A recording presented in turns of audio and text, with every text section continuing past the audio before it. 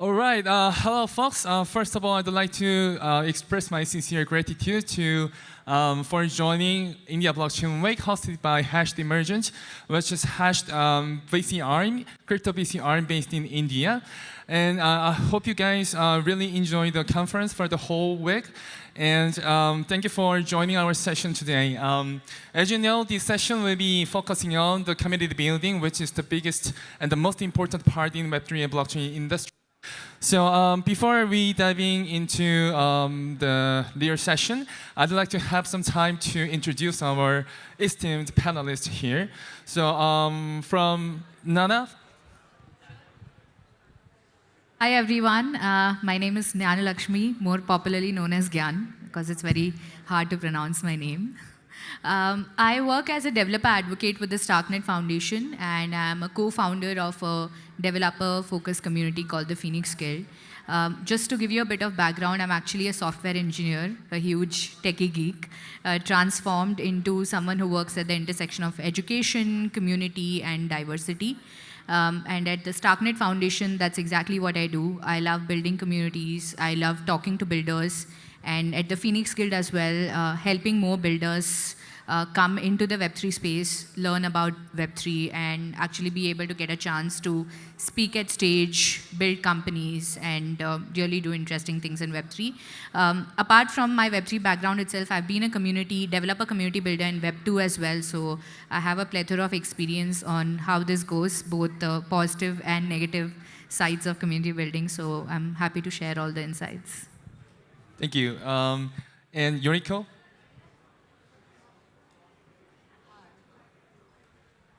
Hi. Oh, okay, it works. Hi everyone, my name is Yoriko Beal. I'm head of APAC at Polygon. I belong to business development department, but I'm also in the regional team. APAC team is the only regional team inside Polygon, so we care about we work really cross-functionally with marketing and community. So I hope I can talk more about community here. A little bit of background. I started being in the crypto space like about 9 years ago, and I worked at the centralized exchange and did my own startup. And then I joined Polygon about 3 years ago. So yeah, this is my first India Blockchain Week. Really excited. Thank you so much. Thank you. And the guy from Berachain? Yeah, I started off in crypto in 2016. My background is like, I'm an engineer. I have a master's in philosophy as well. Worked with the government for a bit. Then I joined a venture capital fund, which is primarily investing in Web3 and blockchain. Post that, I joined Berachain about a year ago. It's actually been exactly a year because the last time I joined, I was at IBW as well. So yeah, that's basically me. Thank you for introducing yourselves to the audience. Before going into the session, let me briefly introduce myself as well. I'm working as platform operations manager at Hashed, so I'm leading all the operations in platform team, and I'm supporting and managing our portfolio companies for the business development, HR, PR, and all of the things for our portfolio companies. And I'm also involved in global expansion, mainly in Japan and UAE region. Actually, Hashed is planning to go to Abu Dhabi for a new fund next year. So if you have any ideas to discuss with us about this, please feel free to reach out to me. All right, let's go to the session. So my first question is that some people say that community building is the cornerstone in the Web3 and blockchain industry. So I just wanted to ask you guys if you could share your approach to building and scaling the community on yourself. From Berachain, please. Like, I think community is at the very center of what crypto has always been, right? Like, even when we think about like how Bitcoin was started, it actually started off in forums where it started getting discussed. And then that's how it started spreading out.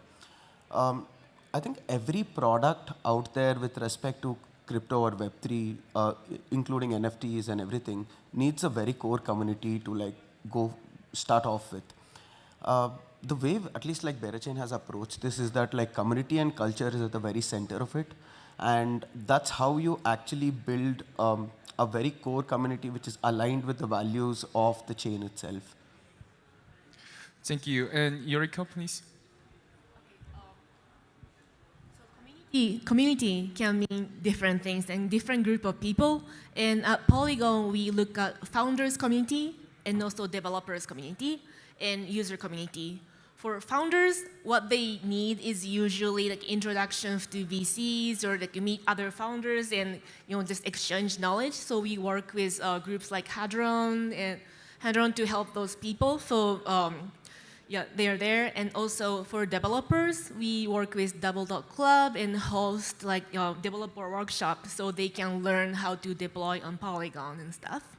And for users, we generally engage with them on social media.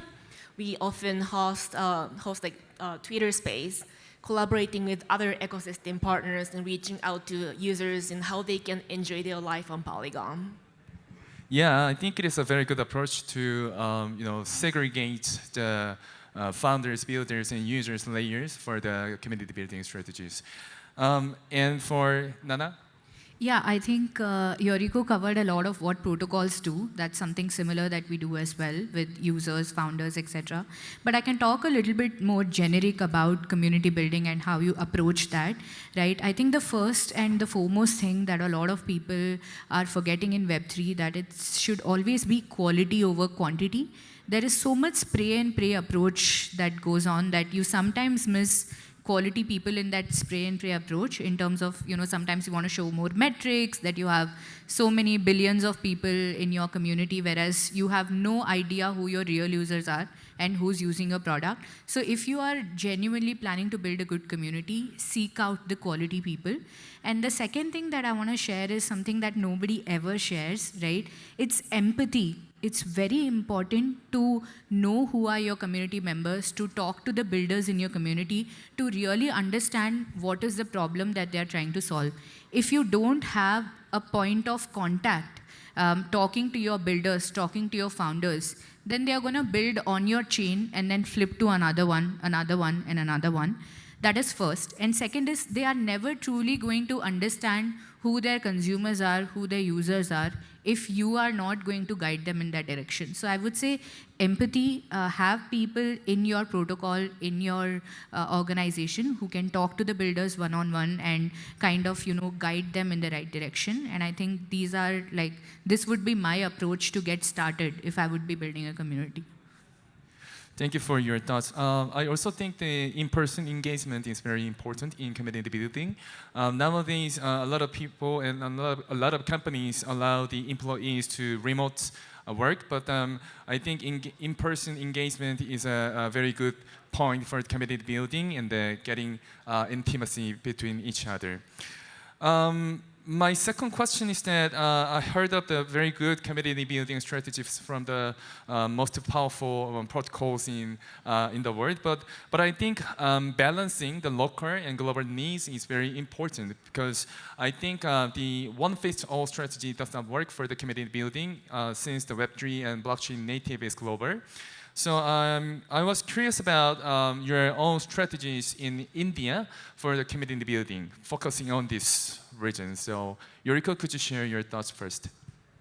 Okay, so just like Starknet and Berachain, like Polygon also have community like everywhere in the world. So generally we do like global community building, but at the same time we have APAC team, and APAC team is the only regional team at Polygon. So we still have people in Europe and Americas, but Polygon we really realize like Asia or like wider APAC region needs a little bit special attention.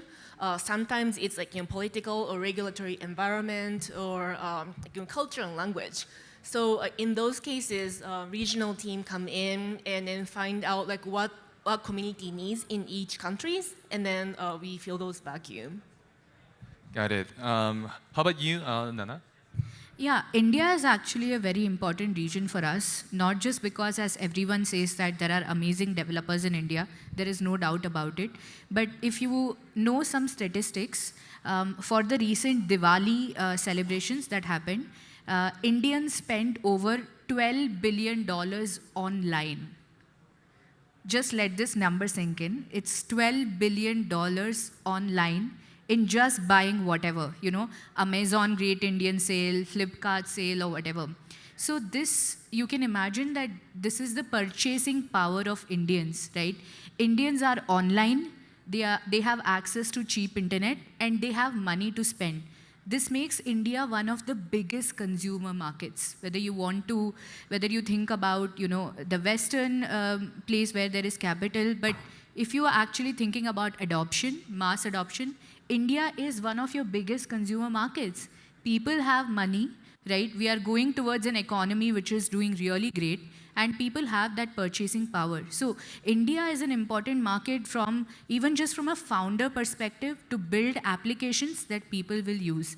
And that's why we are trying to actively work with Indian builders and trying to understand, most importantly, what are the challenges in the region, especially for builders to transition from developers to founders. And then how can we hone these founders to capture this market value that exists? So that's been our focus, and we have been doing a lot of programs as part of that focus. Starknet India Roadshow in collaboration with Starkware.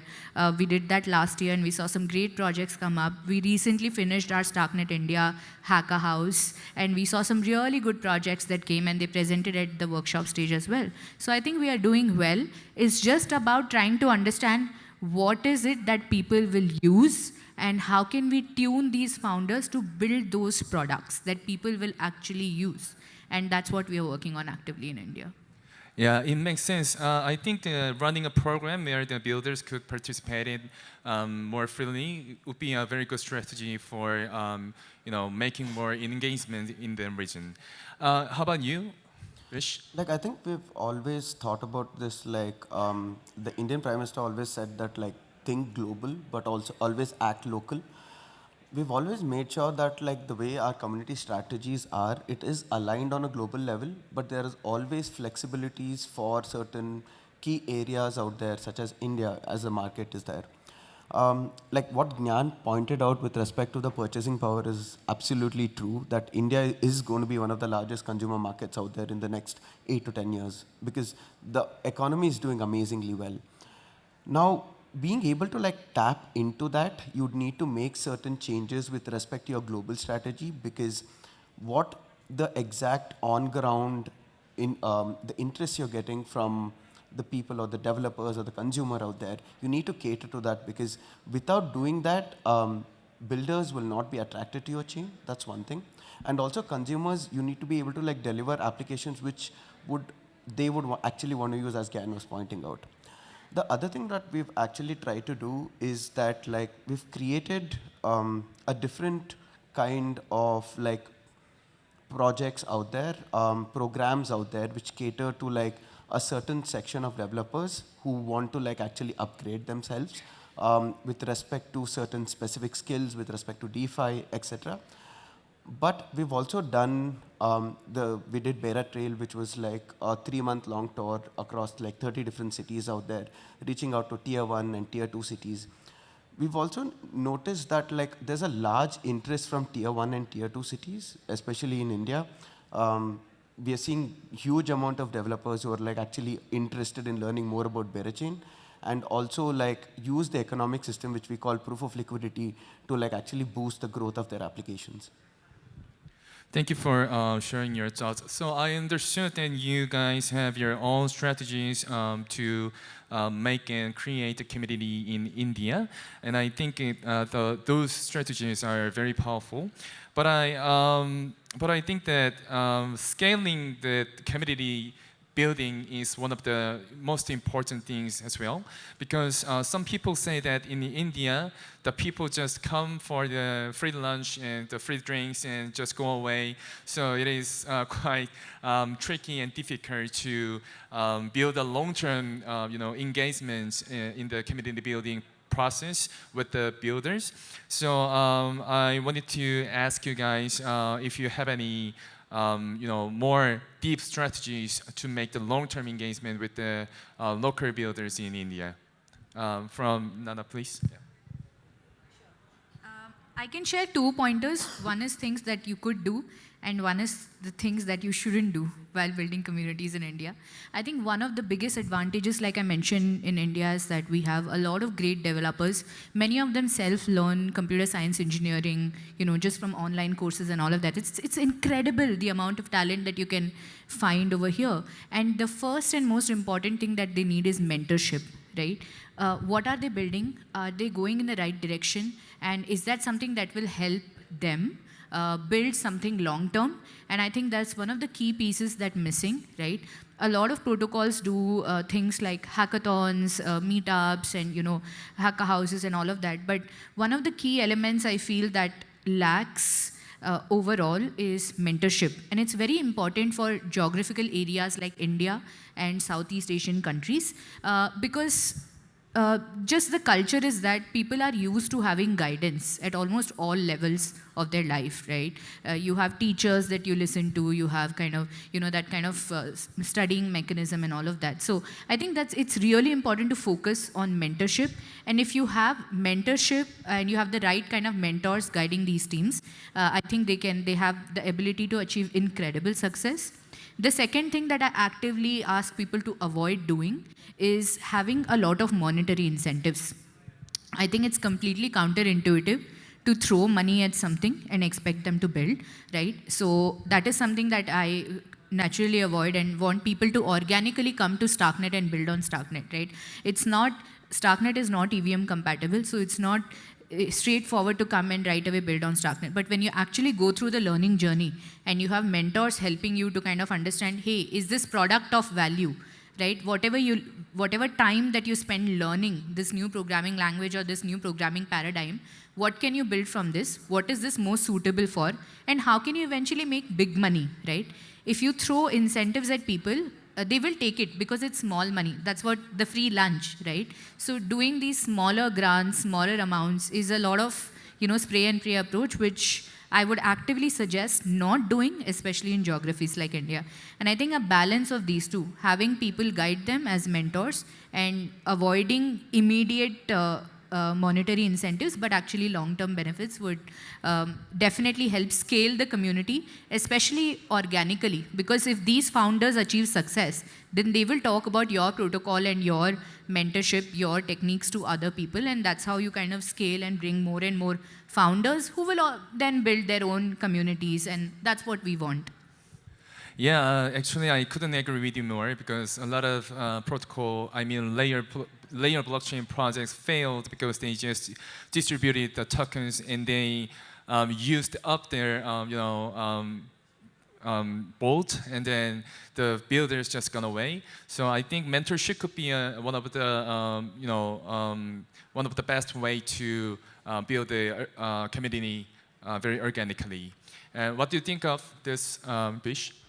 No, I completely agree with what Gyan was saying. So at Berachain, we've never given out a grant for anyone to build on us. I think one more thing which Gyan was mentioning for mentorship is absolutely true. We have an office here in India. There are a lot of teams who are building on us who come and visit us regularly, who actually need guidance with respect to how do we pitch to VCs? How do we actually create a deck out there? How do we actually what is the USP of our product? The other thing when Gyan was saying was that value, I think mentorship with being able to make people understand what value is exactly so that they're able to create more of it is very important right now. Within the education system, one thing that has, I think in India is a little lower is that your ability to understand a lot of these things when you're not taught a lot of these things because of the formal education system. Mentorship definitely helps fulfill those gaps, and as chains or as people who are helping projects build on us, providing that support from the ground up, not only with respect to the technical side of it or the VC side of it, but also to a certain extent with respect to guidance, with respect to how do you view a particular problem, helping them actually become more resilient as well. Because certain teams, when you face obstacles, it's very hard to overcome them. So supporting them at that right moment where they can actually overcome obstacles and start to thrive is very important. Yeah, I think I also think the correlative support, I mean the non-monetary support is more meaningful than just giving the money, giving the capital, and just injecting the tokens. So I think it is one of the best way as well. And what do you think of this, Yoriko? I generally agree with these two, and India is home of Polygon. More than anyone else and more than any other protocol, we understand how talented Indian developers are and how talented, inspirational Indian founders are. And in a sense of incentives and mentorship, I think I used to work somewhere else before Polygon, and they hosted huge hackathons and with really big prize money. And people are inspired to win those prizes and get more support. And next season, they come back as a sponsor, so people will be building on top of it. Creating that kind of cycle can be really good for the community. And also for mentorship, that's definitely something we need to continue providing, regardless of protocol. There's no silver bullet, so we have to keep talking to the community. Thank you for sharing your thoughts. And as you may know, but one of our subsidiary companies, which is called Charlotte, based in Southeast Asia, they recently launched their own Web3 bootcamp during this DevCon. So if you have any ideas to discuss with this, please feel free to reach out to me. I think we mainly focused on the community building strategies. But for looking to the future, I'd like to ask you guys, how do you feel about the community-driven mass adoption of the Web3 blockchain industry? I just wanted to ask you if you believe this kind of Web3, community-driven Web3 trend will be kept in the future, or the trend will be changed. Please share your thoughts from Vish. I think communities would never go out of trend as such, right? Because without communities, products also do not exist. What I mean by that is that when a particular product, you see it in Web3 or Web2, it has a community around and also a culture which the community can actually enforce. That kind of product thrives a lot. For example, Nike has run clubs that actually builds local communities out there. There are a lot with respect to open source software as well. Linux did that in the very early stages. They did that with respect to Mozilla as well. Microsoft developer groups, Google developer groups, all have local chapters out there, all of which I think help to progress a particular product out there. So I think communities, the trend will continue as we go forward. Yeah, I think so, but do you guys have any other thoughts? Yeah, I believe the same. In fact, I strongly believe that it is the only way for Web3 to gain mass adoption, because that's just how human nature works, right? You don't try out something intuitively unless someone else tells you, hey, this is a nice product, try this out. Just recently, we were sitting at the Starknet lounge, and somebody recommended someone to try out a product, right? And that instantly led them to kind of look at, oh, what is happening, right? And then see, this is organic community building. You talk to people, you get the references from them, and this is how the Web3 products that are gaining mass adoption are also gaining mass adoption because of that. One of the examples I would say, I think I used to use this quite a while back, StepN, which became really popular among users who were non-Web3 because it didn't have any barrier to entry. You could just sign up with your Gmail and it would calculate your steps, right? And you just keep calculating it, and it was in beta for about 3-4 months. By then, people had accumulated a lot of steps over a period of time. And then they introduced a wallet. And they said, okay, now we are introducing a coin. So if you want to convert these steps into money, you could do that. So you get incentivized for walking, right? But it started out as something that community just suggested, hey, this new app potentially could give you, incentives for walking. And I think this is just the way it is going to be, that unless you have that organic communities around products, around protocols, around the idea that owning your information and getting paid for it is something important fundamentally, and building communities around this ethos is what I think will drive that adoption overall. So definitely strong believer in communities. Right. What you? Okay, so let me add a comment about like scaling up the community. Like once you have it, there is one experience I learned about like how to manage community. It's let community do what they want to do. One time I was part of Ethereum core developer community and they're hosting a conference. Until the morning of the conference, they intentionally do not create the schedule. So like rooms are there and then panels are there, but we don't know who's gonna talk. We gather on that day and we discussed and decide. I was one of the 2 organizers and then 100 devs came. I was running around and somebody asked me, how's it going? And I was just, okay, everything's good. I'm just trying to get everything under control. And he laughed at me. You're not gonna get community under control. You can't control it and you don't even need to control it. Like let community do, like let them figure out and the best you can do is be there when community needs you. So I learned a lot from that short interactions, and I think people in the community is like just like you, like you have purpose and the things that you want to do. So I think it's important to let them do like what they do. Yeah, I think rather than injecting a lot of things, just let them do their own things is a better way to scaling up the community building. Since we have some time, I'd like to ask one last question. It is not the prepared question, but I just popped up this idea. What do you think of India Blockchain Week as the community building strategy in India? Just provide your own feedback or comments, or if there is any points you think we need to improve in the future, please share your thoughts as you can. Yeah, I can go first because this is actually my first India Blockchain Week. I couldn't attend last year because we were hosting a hacker house. I think overall having such kind of bigger gatherings in India is important because it brings everyone under one roof and people really get to know about what are the new things happening in the tech space. For example, there were so many panels, so many talks around AIX crypto, which is picking up. And people are, even though there are narratives, people don't really understand what you can build from those narratives. So spaces like this allow them to have those conversations. And I think the second thing is also because India is so huge, right? It's almost impossible, even if you do road shows or whatever not, it's impossible to bring your community together under one roof.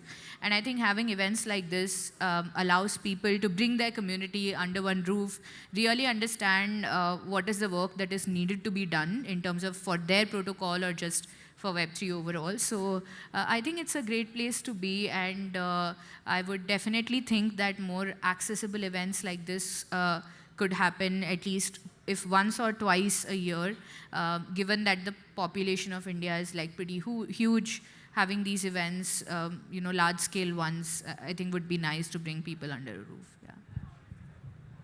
Yeah. I totally agree, and it's just this one is the biggest conference in India. So every year we come back and we connect with the community and then learn what developers are thinking.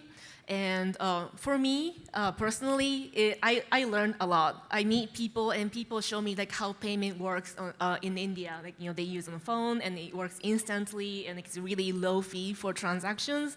So like those kind of things, it's really helpful for people coming outside of India to learn like what community is thinking and what they're, like what's going to be beneficial for the people in India.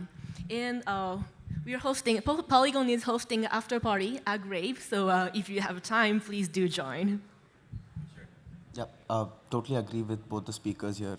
I think like with respect to IBW, I think it's growing every single year. I think you guys are doing an amazing job of like, especially from the production side of it, the quality of speakers, the way everything else is done. I think you guys are doing a splendid job. Like here what happens is that like, as Gnana was mentioning that like India's a huge place out there. You really cannot cover a lot of these places.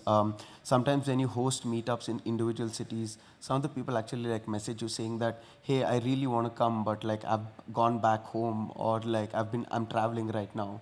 But these conferences always provide an opportunity for you to meet the people who you've not met on the road because of certain circumstances. That's one. Second thing, it's also like because of like we're working and everything, you also miss out on catching up with a lot of your industry friends who you started off with. This also provides you a little more space and time where you can catch up with a lot of your friends and family as well. Yeah, I'm actually happy to hear that Hash the Emergent team is doing very well in India through IBW for the community building. I think it is the end of session. So to sum up, for the community building, the most important thing is to build a community by organically, not just by injecting the money or tokens the way. So I believe India is burgeoning as the most important market in India in the blockchain industry. So I hope our esteemed panelists and speakers and the founders and builders could build a really organic community in the India blockchain market. Thank you for hearing from us, and I will see you around. Thank you.